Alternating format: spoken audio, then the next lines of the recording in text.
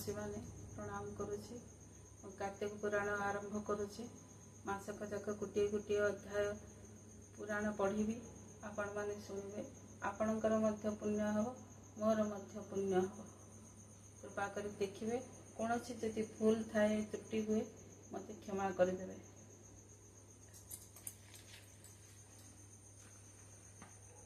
प्रथम अध्याय देवशर्मा चंद्रहत्रमक्षण।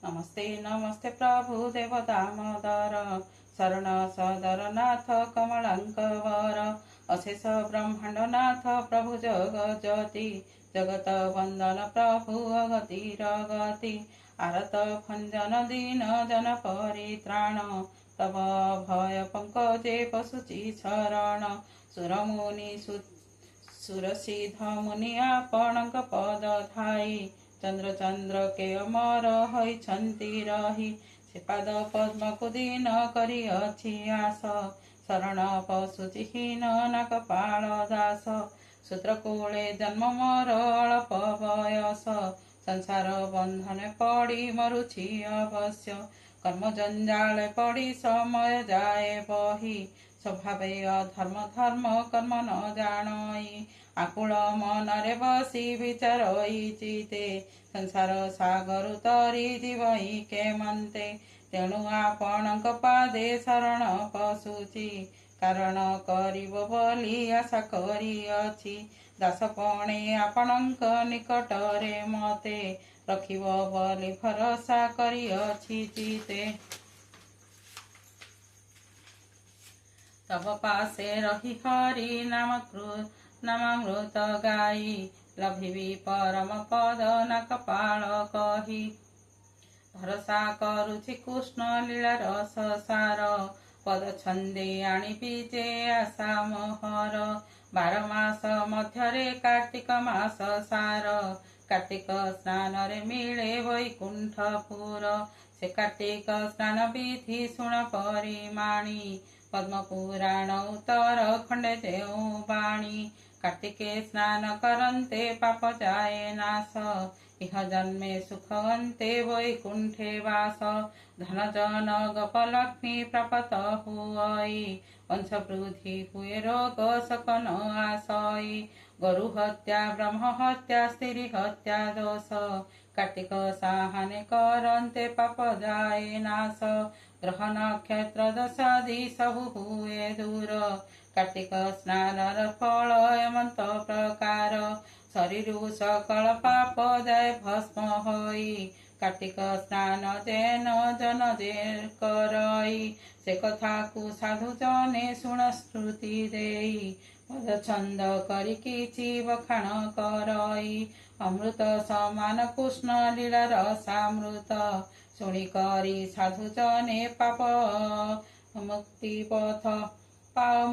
पथ, छोट मुहे बड़ कथा पद देई कही, एते मोर दशा दश न धरिब केही, कवि कुले जननी ग मते दया कर, कोल पोछा पुआ मुहि अटई तहर, मोह परी शोक जदि कवि कृत कले, चंद्र सूर्य पड़िकी न जीवे धरा तले, एथु अन्ते शुण जने दे श्रुति पथ, अमृत समान अटे कृष्ण लीलामृत, पूर्वे नमी शरणे सर्व ऋषि गण, सुत मुनि की पूछिले कृष्ण रस गुण, आहे सुत मुनि तुम्भे अनुग्रह करी, कृष्ण लीला रस कथा कहिब विस्तारी, तीर्थव्रत जप तप यज्ञ कर्म देते, आसन दे पापासन साधन सहिते, जहिरे परम गति लभन्ति मनुष्य,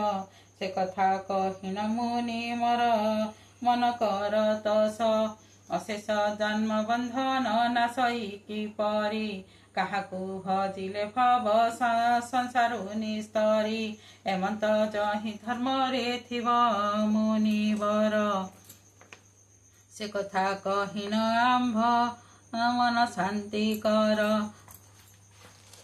सुत उवाच कहुचन्ति सुत मुनि शुण मुनि गण, ସଂକ୍ଷେପି କହିବା ମୁଖ୍ୟ ଧର୍ମର ବିଧାନ। ପଦ୍ମପୁରାଣ ଉତ୍ତର ଖଣ୍ଡେ ଯେଉଁ ବାଣୀ, ବ୍ୟାସଙ୍କ ମୁଖରୁ ଆମ୍ଭେ ଯାହା ଅଛୁ ଶୁଣି। ବିଷ୍ଣୁ ଯାହା ବ୍ୟାସ ତାହା ନୁହନ୍ତି ଅଭିନ୍ନ, ଯେହୁ ବିଷ୍ଣୁ ସେହୁ ବ୍ୟାସ ଜାଣ ମୁନିଗଣ। ସେ ବ୍ୟାସଙ୍କ ମୁଖରୁ ଯାହା ହୋଇଛି ବାହାର, କାର୍ତ୍ତିକ ବ୍ରତ ଯେ ବ୍ରତ ମାନଙ୍କର ସାର। ଦେବଣ କାର୍ତ୍ତିକ ସ୍ନାନେ ବିଷ୍ଣୁ ହନ୍ତି ତୋଷ, ଶିବ ସହିତେ ସନ୍ତୋଷ ସକଳ ତ୍ରିଦଶ। କାର୍ତ୍ତିକ ସାହାନେ ସର୍ବ ପାପ ହୁଏ ଦୂର, ମୁକ୍ତି ଲଭନ୍ତି ଯେ ସକଳ ନାରୀ ନର। କାର୍ତ୍ତିକ ସ୍ନାନ କରନ୍ତେ ପାପ ନାଶ ଯାଇ, ରୋଗ ଶୋକ ଜର ବ୍ୟାଧି କିଛି ନ ବାଧଇ। ସକଳ ତୀର୍ଥର ଫଳ ହୁଅଇ ପ୍ରାପତ, ଧନ ଜନ ଗୋପ ଲକ୍ଷ୍ମୀ ହୁଅଇ ବର୍ଦ୍ଧିତ। ଇହ ଜନ୍ମେ ସୁଖ ଅନ୍ତେ ବୈକୁଣ୍ଠେ ଯାଇ, କହେ ନା କପାଳ କେବେ ଅନ୍ୟଥା ନୁହଇ। ସେ କଥାକୁ ମୁନିଗଣ ଶୁଣ ଦେଇ ମନ, ସଂକ୍ଷେପି କରିବା କୃଷ୍ଣ ଲୀଳାର ବିଧାନ। ପୂର୍ବେ ଏକ ଦିନେ କୃଷ୍ଣ ସତ୍ୟ ସଙ୍ଗେ ଧରି, ଗରୁଡ଼ ଆରୋହୀ କଲେ ଦିଗତି ଯେ କରି। ସତ୍ୟଭାମାଙ୍କର ଇଚ୍ଛା ହୁଏ ଯେଉଁ ସ୍ଥାନ, ସେ ସ୍ଥାନଙ୍କୁ ଚଳି ଯାନ୍ତି ବିନତା ନନ୍ଦନ। ବିବିଧ ପ୍ରକାରେ ଦୁହେଁ କଥା ଭାଷା ହନ୍ତି, କମଳ ବଚନେ କୃଷ୍ଣ ହତ୍ୟାକୁ ଭାସନ୍ତି। ଏହିପରି ଚତୁର୍ଦ୍ଦଶ ପୁର ଭୂମି ଗଲେ, ଏହିପରି ଚତୁର୍ଦ୍ଦଶ ପୁର ଭ୍ରମି ଗଲେ। ଉତ୍ତମ ସ୍ଥାନ ଯେତେକ କିଛି ନ ଛାଡ଼ିଲେ, ନାନା ସ୍ଥାନକୁ ଦେଖି ନ ସକ୍ରାଜିତ ବାଳି। ସ୍ୱାମୀଙ୍କୁ ବୋଲନ୍ତି ପ୍ରଭୁ ନିସ୍ତାର ପାଇଲି, ଏତେ ବୋଲି କୃଷ୍ଣ ନାମ ଘୋଷିଣ ମୁଖରେ। କୃତ ହେଲେ ଦେବୀ କର ଯୋଡ଼ି ଶିରେ।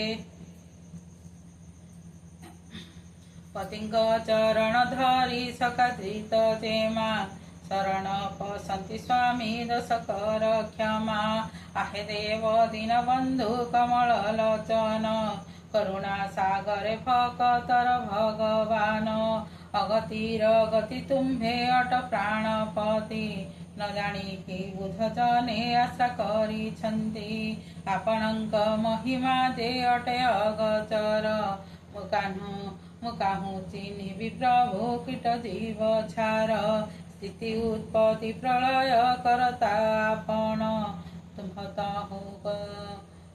ତାହୁଁ ସସାଗରା ଜଗତ ଭିଆଣ। ଏ ନିତ୍ୟ ସଂସାର ଅଟେ ତବ ଖେଳ ଲୀଳା, ତବ ନାମ ଅଟଇ ଯେ ଭବ ସିନ୍ଧୁ ବେଳା। ଯାହାକୁ ସଦୟ ହୁଏ ଯାହାକୁ ସଦୟ ତୁମ୍ଭେ ହୁଅ ନାରାୟଣ, ବିନା ତପେ ବୈକୁଣ୍ଠେ କରଇ ଗମନ। 16 ବଜ୍ର ନାରୀ କମଳା ଅଂଶରେ, ଜନମୀ ମୁକ୍ତି ଲଭିଲେ ତବ ପ୍ରସାଦରେ। ଅଷ୍ଟପାଦ ବଂଶୀ ଯେ ରୁକ୍ମିଣୀ ଯେତେ ନାରୀ, ମୁକ୍ତି ଲଭିଲେ ତବ ପାଦ ସେବା କରି। ଭଲ ରୂପେ ଜାଣଇ ମୁଁ ଏସବୁ ବିଷୟ, ଆପଣଙ୍କ ସର୍ବଦେବଙ୍କ ଦେବ କୃପାମୟ। ମୋହଠାରେ ଆପଣଙ୍କ ଶରଧା ବହୁତ, ବିଶେଷରେ ଜାଣଇ ମୁଁ ଆହେ ପ୍ରାଣନାଥ। କେଉଁ ଜନମରେ କେତେ ତପ କରିଥିଲି, ତେଣୁ କରି ଏ ଜନମେ ତୁମ୍ଭକୁ ପାଇଲି। କେଉଁ ବ୍ରତ କଲି କେଉଁ ତୀର୍ଥ କଲି ସ୍ନାନ, କେବଳ କୁଳେ ମୋହର ହୋଇଥିଲା ଜନ୍ମ। ଏବେ ଆସି ଆପଣଙ୍କ ଅର୍ଦ୍ଧାଙ୍ଗିନୀ ମୁହିଁ, ଏବେ ଆସି ଆପଣଙ୍କ ଅର୍ଦ୍ଧାଙ୍ଗିନୀ ମୁହିଁ। କେଉଁ ଦେବତାଙ୍କୁ ପୂଜି ମୁକ୍ତି ଲଭିବଇ, ସେହି କଥା ପ୍ରାଣନାଥ କହ ମୋ ଆଗର। ଶୁଣିବା ପାଇଁ ଦାସୀର ଶରଧା ମୋହର, କି ଭାବେ ଲଭିବି ତବ ପାଦ ପଦ୍ମ ଦୁଇ। ସଂକ୍ଷେପି କହିବ ନାଥ ଏ ଦାସୀ କି ଫେଇ। ଶ୍ରୀ ଭଗବାନ ଉବାଚ ଇତି ପ୍ରିୟବଦଃ ଶ୍ରୁତ୍वा ସେ ରାସ୍ୟ ସଗଦାଗ୍ରଜ ସତ୍ୟଙ୍କରଂ करे धृत्वा राम कल्पतरस्थलं। प्रिया वाक्य शुणी न कहती चक्रपाणी संक्षेपी कहवा एबे शुण रे मितणी शुणवा पाई कि जेबे श्रद्धा तुम्भर किंपा न कहवा सखी तुम्भरी आगर तुम्भर प्रियरे केते अपमान कले तहु सत धनुकु मु विनाशिली हेले पारिजात पुष्प पाई सर्गपुरे मोही किस बान करिछि आरे प्रिय सही समरे सर्पसुरंको परास्त मुकली से समरे सुनासीर गर्भ गंजिले सुरवृक्ष कुपाड़ी रपिलित पुरे ए अमर वृक्ष से अमर वृक्ष जे रहिला मट्ट पुरे तो गर्भे पुत्र जन्म हेबा रोग सही नारद मुनिक पादे सेवा कली मोहि पदुन्नादि 10 पुत्र त गर्भरु जात हेले द्वारिका नगरी दिशिला सभित मोहठारे तुम्भर श्रद्धा पार मुहि की ताहा न जाने आरे रमा भर एबे तुम्भ पूर्व जन्म चरित कहिवा तुम्भ मनरु सकल संदेह नाशिवा उत्तम स्थान को एबे चल रे सुमोही संक्षेपी कहवा तुम्भ पूर्व जन्म फेई बसी यात्रा कले शुभे आकाश मार्गरे द्वारकार उपवने होइले प्रवेश गरुड़ पुष्ठरु ओह्लाइले हृषिकेश आज्ञा देले गरुड़ को जाओ निज पुरे पुणी सुमरण कले आसिब सत्तरे कृष्ण आज्ञा पाइन गरुड़ चली गला रम्यक दीपरे जाई अचिंते रहिला सत्यभामा कर धरी प्रभु नारायण कल्पवृक्ष तलकु गमिले तत्क्षण अति सुसंजसन से सर्व सुनिर्मल अवसंतरे बहई बसंत नील निकटरे पुष्करिणी सुसंजति सई से पुष्करिणी रसभा मननीय मोहि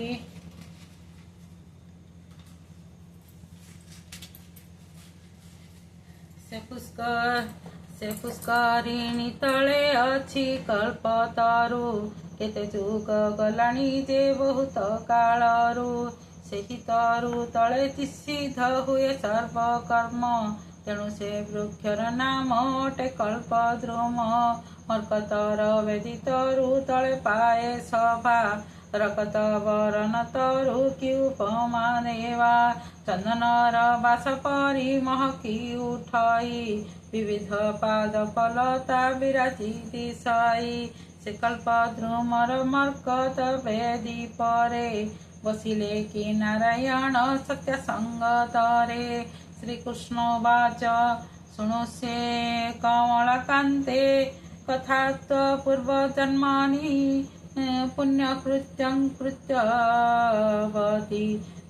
स्थर्पं कथयामि ते असितकृतजुग शान्ते मया पूज्यात् द्विजोत्तमः अतएव सम्माति वेद वेदांग पारकः हसी कहन्ति प्रिया को चाहि चक्रपाणी तुम पूर्व जन्म कथा शुण रे मितणी पुछा कल जेबे ताहा मन देई शुण संख्य परेश समस्त देवा बुझाइन पूर्वे सत्य जुगे अन्ते हिमालय प्रान्ते अतएव वंशी विप्रेक थिले कजुकते देव शर्मा बलित नाम ताहांकर अटई सकल गुण चरित्र तदेहरे थाई सकल गुण चरित्र तदेहरे थाई अकाले पत्नी ताहार मरण लभिला से विप्रर दुहिता गोटिए जान थिला मातृहीना दुहिता को जत्न विप्र पाली रखिथिला देव शर्मा शुण रे छईली देखु देखु से दुहिता युवती होइला ଏହା ଦେଖି ଦେବ ଶର୍ମା ମନେ ବିଚାରିଲା ସେ ଦୁହିତାକୁ ପ୍ରଦାନ କରିବି କାହାକୁ, ଏହି କଥା ଘଟି ବିପ୍ର ବିଚାରେ ମନକୁ। ଚନ୍ଦ୍ରହସ୍ତ ନାମେ ବିପ୍ର କୁମରକୁ ନେଇ, ଦୁହିତା ପ୍ରଦାନ କଲା ନାନା ବିଦ୍ୟା ଦେଇ। ଦୁହେଁ ଦୁହିଁକି ସୁନ୍ଦର ଯୁବକ ଯୁବତୀ, ଦେଖି କରି ଦେବ ଶର୍ମା ଆନନ୍ଦିତ ଅତି। ଝିଅ ଜୁଆଇଁକୁ ଘେନି ସେ ବିପ୍ର ରହିଲା, ଏଥୁ ଅନନ୍ତରେ ସଖୀ ଶୁଣ ଯାହା ହେଲା। ଅନର ଅର୍ଚ୍ଚନା ସେ ସମିଧ କାଷ୍ଠ ପାଇଁ, ଦିନେ ବିପ୍ର ସନ୍ଧ୍ୟା ଚଳେ ଗଲା ପଥ ବାହି। ପତି ସଙ୍ଗେ ସେ ଦୁହିତା ବିନ୍ଧ୍ୟାଚଳେ ଗଲା, ସେହିଠାରେ ସଦନୀରେ ଯୋଉ କୃତ୍ୟ ହେଲା। ଦୁହିତାକୁ ବସାଇନ ସେବେନି କୁମର, ସମିଧ କାଷ୍ଠ ଖୋଜନ୍ତି ବଣରେ ପଶିନ। ଅକସ୍ମାତେ ରାକ୍ଷସକ ତାଙ୍କୁ ବୁହା ବୁଡ଼ିଲା, ସେବେନି ବିପ୍ରଙ୍କୁ ହତ୍ୟା କରି ଚାଲିଗଲା। ତକ୍ଷଣେ ମହରପୁରୁ ଦୂତମାନେ ଗଲେ, ସେବେନି ବିପ୍ରଙ୍କୁ ରଥେ ବସାଇ ଆଣିଲେ। ବୈକୁଣ୍ଠେ ଭୁବନେ ଆଣି କରିଲେ ହାଜର, ସେମାନେ ପରମ ଭକ୍ତ ଅଟନ୍ତି ମୋହର। ସେବେନି ବିପ୍ରଙ୍କ କଥା ଶୁଣ ଆଗ ସତୀ, ଭକ୍ତିରେ ସୂର୍ଯ୍ୟଦେବଙ୍କୁ ପୂଜୁଥିଲେ ନୀତି। ତେଣୁ ସେବେନିଙ୍କ ଠାରେ ସନ୍ତୋଷ ମୋହର, ଭକତର ଭଗବାନ ନାମ ତେଣୁ ମୋର। ସକଳ ଜୀବର ଆତ୍ମା ଅଟଇ ଯେ ମୋହି, ପର ଆପଣା ବିଚାର ମୋହ ଠାରେ ନାହିଁ। ସଂସାର ଅଟଇ ସଖୀ ମୋର ଖେଳ ଘର, ପଞ୍ଚଭୂତ ଆତ୍ମା ମୋହି ସକଳ ଲୋକର। ଧର୍ମ ବଳେ ବେନି ବିପ୍ର ମୁକ୍ତି ପାଇଲେ, ଶୁଣି କରି ସତ୍ୟବତୀ କୃତ୍ୟ କୃତ୍ୟ ହେଲେ। ପଦ୍ମପୁରାଣ ଉତ୍ତର ଖଣ୍ଡର ଏ ପାଣି, ଭଣେ ନା କପାଳ ତରି ଯାଅ କର୍ଣ୍ଣେ ଶୁଣି। ଇତି ଶ୍ରୀ ପଦ୍ମପୁରାଣେ ଉତ୍ତରାଖଣ୍ଡେ କାର୍ତ୍ତିକ ପୁରାଣେ ଶ୍ରୀକୃଷ୍ଣ ସତ୍ୟଭାମା ସମ୍ବାଦେ ଦେବଶର୍ମା ଚନ୍ଦ୍ରହସ୍ତମକ୍ଷଣ କଥନେ ଭକ୍ତନା କପାଳ କୃତେ ନାମ ପ୍ରଥମ ଅଧ୍ୟାୟ।